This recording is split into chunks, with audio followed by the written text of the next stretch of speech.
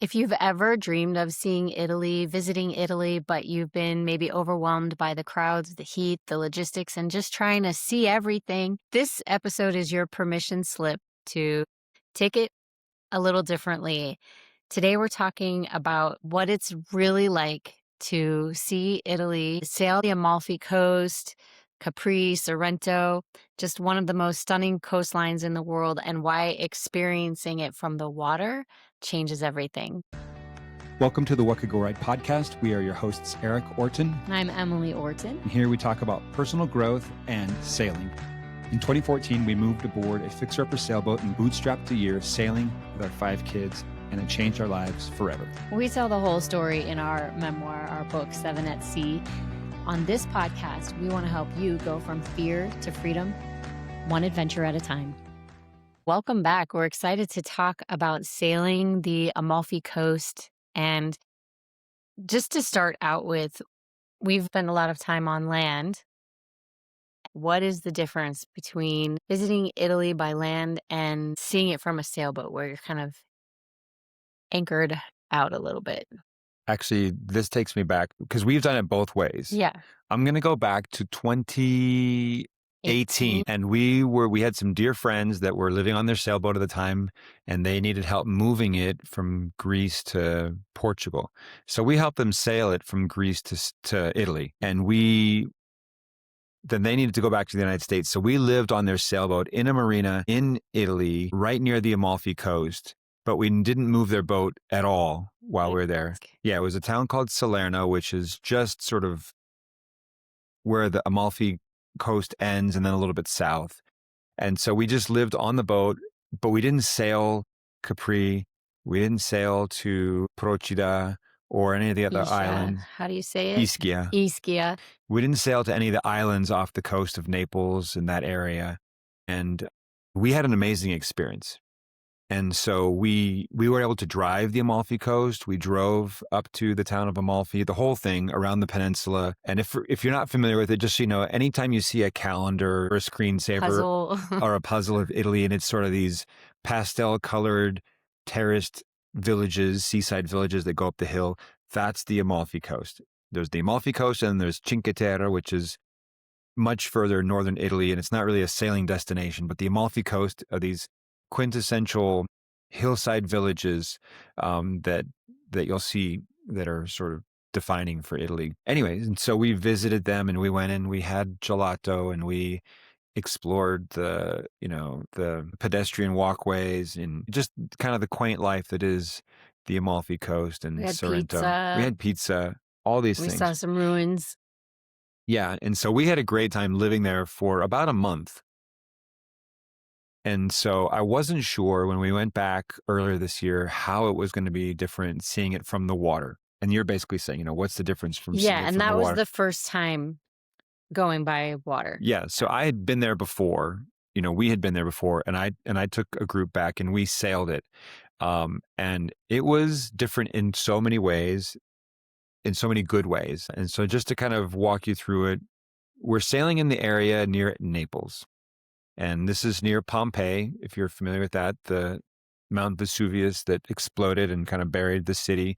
So you're in that historic region of southern Italy. So we did not pick up our boat in Naples proper. There's a little island just west of Naples. You take a ferry out to it. It's called Procida. I know that leading up to the trip, I was calling it Procida. And I was, they looked at me funny when I got there, and I kept saying that. And they're like, oh, Procida. So anyway, now we know. That's how we find things out. Yeah, I act like I'm Italian and I pronounce all the names the way they do. So there's Procida, Ischia, Capri, and Sorrento, and Amalfi, and all of them. So there's a little teeny island called Procida, and that's where we picked up our boat. And it's, again, one of these beautiful islands with these teeny narrow streets and beautifully painted colored homes and lovely little beaches. And we went over to an island called Ischia. And this is an island where when the Italians go on vacation, this is where they go. Ooh, okay. Where the Italians go on vacation in it. That's Yeah. So this is kind of like, if Americans were going to Miami or Fort Lauderdale or Florida, it's like this is the region where they go to get the good weather, the beautiful beaches. And so it's not so much on the radar of Americans, but you can get there pretty easily by boat. You can take a ferry out there, but sailing there was extra fun. It was actually, we got out of Procida, and I remember we had the sails up, and right away we had fantastic wind, and we were sailing at like 12 knots. A good speed for a boat when we're out on these boats are, because they're larger and they move a little bit slower. I'm really happy if we're sailing at anywhere from 5 to 7 knots, but to be doing 12 knots, we were kind of ripping along. And we found this spot that was a beautiful, I'd never been to anything like it. And one of the guys on the dock had recommended it to me. I can't remember the name of it, but it's like a botanical garden. We don't want to say it again anyway. Yeah, I don't want to give it away and send, I don't want to send the throngs of people there. Then it wouldn't be behind the scenes, a secret tour. But it's like a botanical garden meets a water park. But a natural water park, like a mineral, not like a hot springs kind of park. Not like a carnival park. Yeah, like a hot springs area and a botanical garden. And so it's on this hillside, and it was sort of an old Roman retreat. They would go there for their vacations, and there's just these natural hot springs that are all blended into this beautiful curated garden. There's little caves that you can swim back into, and the water gets so hot they actually have little warning signs. They're like, because it comes down through a trickle that ends in the pool, and the trickle is coming right out of the mountain, and it's steaming. And then they also have kind of cold plunge areas, and some that are, all the different temperatures. And then there's just lounge chairs everywhere, and there's a couple of swimming pools that are all fed by the mineral springs, but they're set up more like swimming pools with chairs around them. And then there's also, you can get a sandwich, you can get a gelato, and it's just a lovely place. We spent the whole day there. We anchored there at night. We spent the whole day, and then I think we might have sailed away, somewhere close just before sunset. But it was a beautiful day, and there were a lot of boats there during the day, a lot of people that came over on power boats. But by the evening, there were 3 of us at anchor, and there had been like 40 of us during the day. So this would be an example of one of the ways that it's different and special to see Italy, or this Amalfi Coast part of it, by sailboat, is that you can come into the crowds, and you can also then step away from the crowds. Yeah, very much. And break up your activities. It's not all walking. Yeah, in fact, in this case, there was no walking. Like, we had to swim to shore or take paddle boards to shore, because there was actually a beach there as well. And to get to shore, they had roped it off to keep it safe for everyone that was in there, so that people weren't parking their power boats or bringing dinghies to shore. And so, yeah, a lot of the times if some people are reluctant to go to Italy in the summer because of the crowds, because it does get crowded. I'll say Europe in general. But one of the great things about a boat is that you can pop in and out, and you can go to these places that are really attractive, but you then get to go back to your boat where it's peaceful and quiet and, quite frankly, cooler. You're out where the breeze is, and sometimes when you're inland, you don't get that. So, yeah. And plus, you had to work pretty hard to get to this place by land, but by boat, it was pretty easy. Pretty easy. I know sometimes when you go to those really popular destinations, like you were saying, that are in the calendars, in the travel magazines, that they make puzzles out of, and screensavers.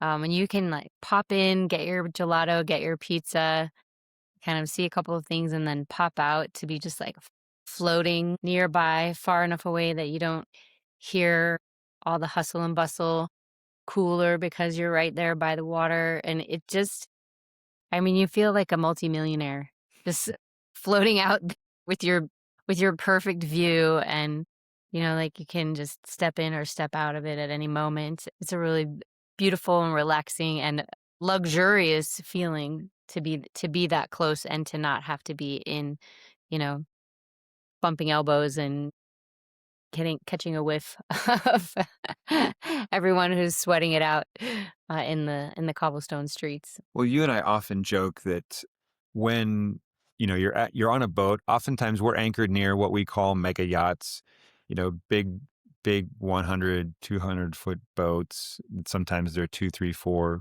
stories, helicopter pad and all that. Usually owned by billionaires. Yeah. And we always chuckle because we take out nice boats, but we're not on those boats. But we're anchored within, a stone's throw, as they say. We're within a few hundred yards, and we're enjoying the same sunset, the same proximity to the same beaches, to the same, whatever it is you want to see. And we're just doing it at a fraction of the cost. So we get the same, maybe there's, what's the show? Below Deck. Yeah, we've never really even watched that show. I've seen maybe so. 10 minutes of it, and that was enough. So you're not going to get a below deck experience where everyone's going to come walking around in a white polo with a towel over their arm to take your dinner order. That's not how we roll, but you're going to get the rest of it, which is, for me, that's the reason we go.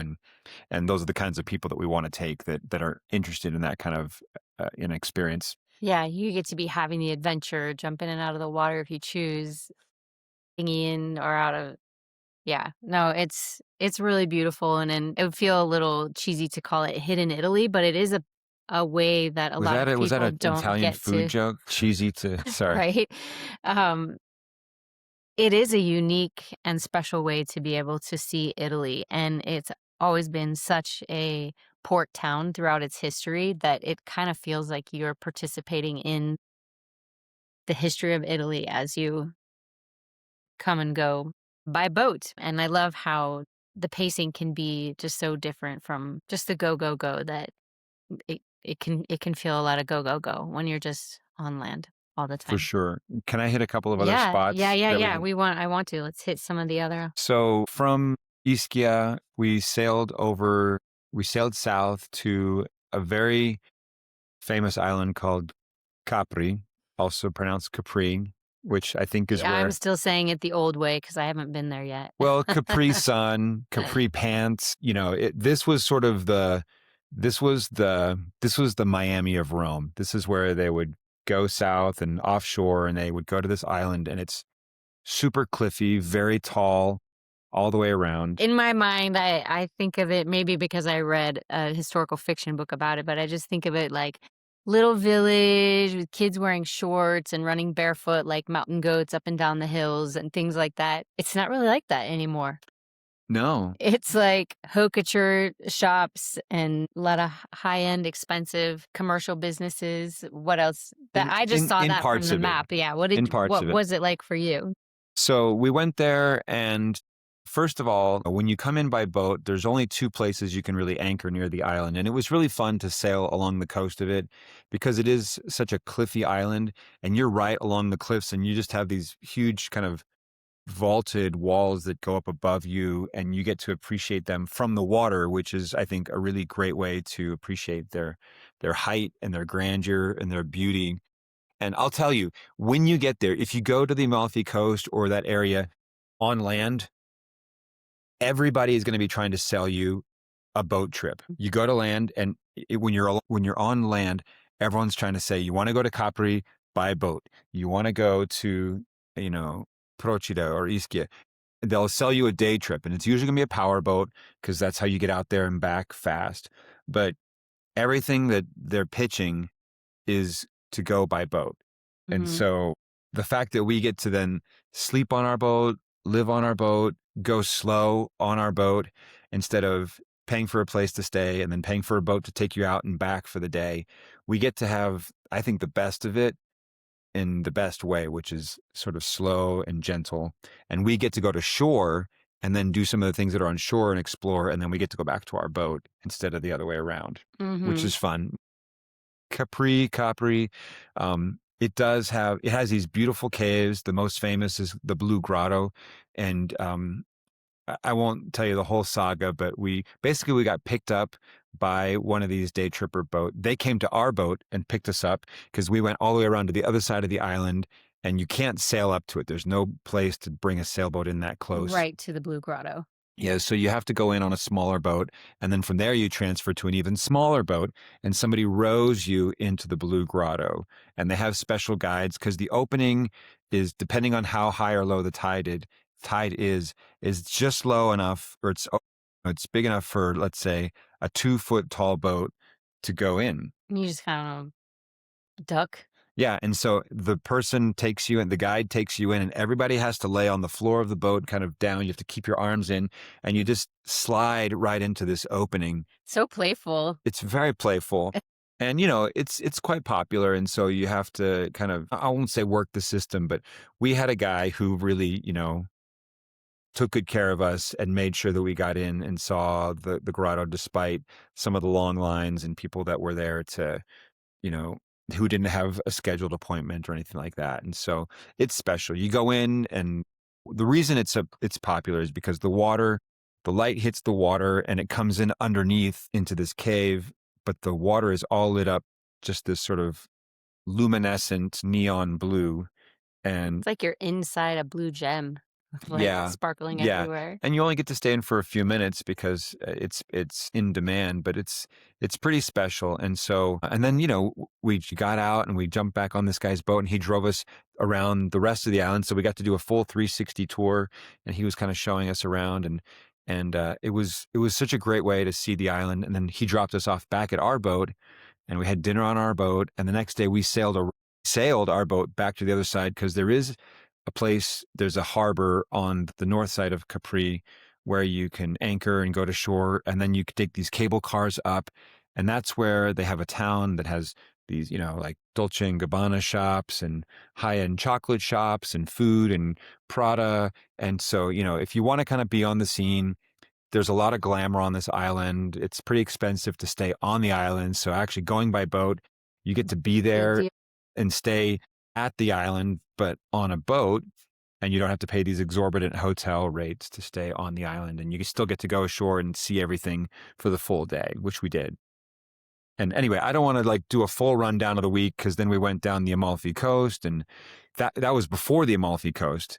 And so there's a lot there. There's a lot. So thinking about the trip to Italy, though, is your whole activity, it's not just spent sightseeing. Yes. So can you talk about some of the sailing that you did? I know you said earlier that like right out of the gates, you guys were going 12 knots. And that was really beautiful, but you would have a chance to say, like, okay, we've seen some things, we've eaten some food, and now we're ready. We're just gonna like play on the boat a little bit with this as our set, our background. Yeah, that's a good question, because one of the nice things about this trip to Italy is that the spots that we like to visit are fairly close to each other. So we're not having to budget time to do longer crossings like we do in some locations. We could get to where we want to go in an hour and a half, 2 hours. And so we're saying, hey, we could just motor and go straight there. We have we want to get in by sunset. We're going to go explore this next town, but we have time to play with the boat. And so, because we don't have to use all of our time going in a certain direction, we're going to practice sailing in different directions in relationship to the wind.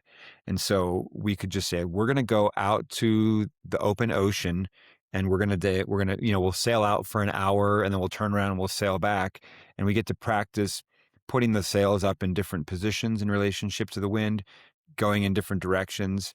And sometimes, people will jump overboard and we'll drag them behind the boat with ropes, or you know, I think It's a fun thing. this was a group that I think They- they invented what I'll call the aircraft carrier, where we had a big long rope behind the boat, and we connected it to the two sides, and it created sort of a big scoop line.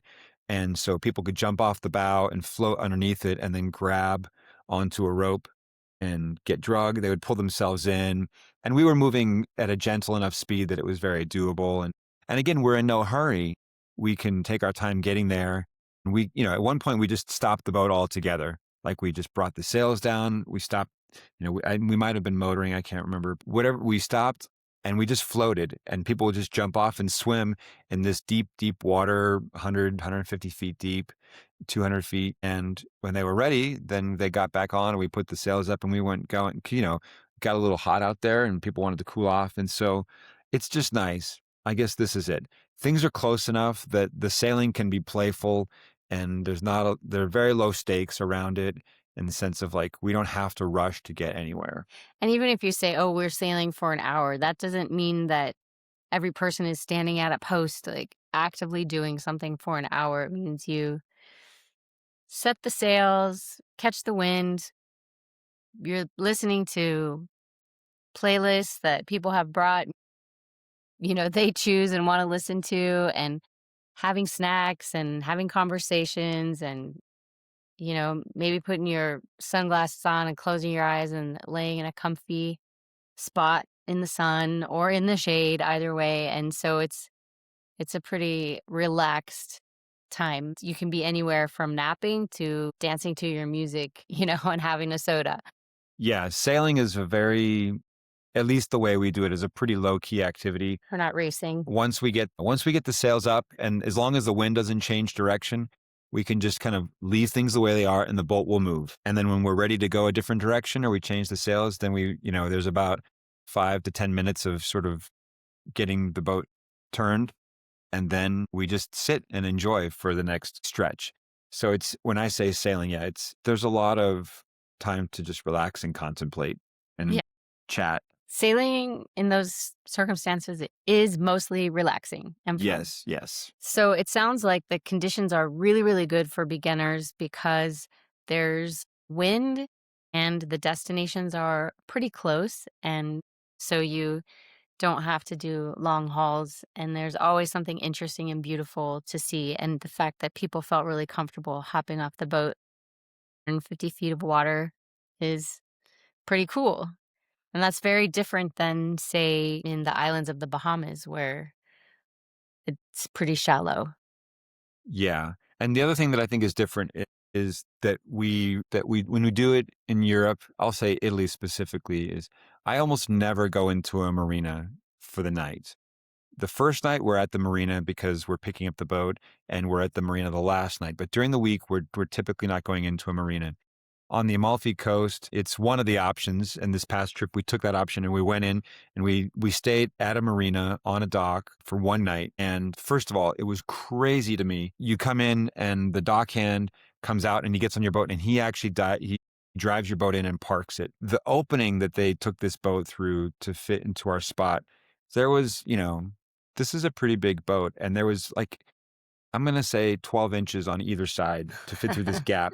And then he turns the boat on a dime in this teeny little spot, and then just parks it beautifully between other boats. And then, the boat is there.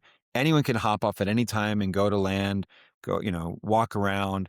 And, it's just like you're in I don't want to say a parking lot because that doesn't sound very beautiful, but you're sort of parked in your private resort that you can walk out into, and you can leave the resort out into the village or the city at any time. And so that's another thing that we don't usually do in other places, which it's stay at a marina during the week. It's just a really ideal location. It's like you had an Airbnb in the heart of town, because so many times in these little Italian villages, the marina is It's the kind of heart. the center. Yeah, It's the heart. the waterfront is for sure the kind of like it's the kitchen of the Mhm. house. It's the center of the village. And so you get to be in the heart of the fun. And Yeah, they don't party all night, but anyway, yeah, you get to be like in the best part, the best place. that's really awesome. Trying to think if there's anything else we'd want to make sure people know. What would you say is something like, if you're going to Italy, if you're sailing Italy, definitely do not miss what? We're talking about this area because there are other places, Oh, but yeah, yeah. Just this the area. Amalfi Coast trip. Do not miss the gelato. It would be hard to miss the gelato. Do not miss the gelato. Yeah. Um, I just kept telling myself, this is made out of good ingredients. This is probably healthy for me. And so it's delicious. How frequently would you say on average guests like to get gelato when you're in Italy? I'm going to say at least once a day. Yeah. And it It's wasn't uncommon. often twice a day. Sometimes there was like a pre-dinner gelato and then a post-dinner gelato, or like a lunchtime gelato. Anyway, yeah, I mean, I don't miss the food. In fact, we might even do fewer meals on the boat just because there's such a draw to eat in the restaurants that serve really, really delicious food. So you can get the food whether you're visiting by land or sea, but being on the water, you just get to go to some really quaint places that are not anywhere near as accessible by land. And so there's, that's one of the perks. Yeah, so if you want to vacation in Italy the way the Italians do or the way that the Romans did, and you want to see that relationship between the land and the water that made Italy the special country that it is, this could be a trip for you. Who knows what could go right? Hey guys, before we wrap it up, just want to give you the sailing update. Lots going on. We have some availability on trips that are coming up real quick, and then we have some scattered availability for stuff later on in the year. I'm going to the Virgin Islands February 16th through the 21st. I have a spot for one solo male traveler, and then because of a couple that had a medical situation, I have a full cabin if two people want to come together. So a full cabin and a solo male spot for February 16th through the 20th. Last minute BVI trip. If you're interested, let me know. Happy to talk through details and how to hopefully make that work if you want to join us. Then in April, we're going to be in the Bahamas, in the Amalfi Coast section of the Bahamas, April 13th through the 18th. And at the moment, I have 2 cabins available. Lots of people looking, checking their schedules, but at the moment there's 2 cabins, so up to 4 people. Then we're doing something fun. This is kind of still developing, but in April or May, we're going to do a trip specifically for people with Down syndrome.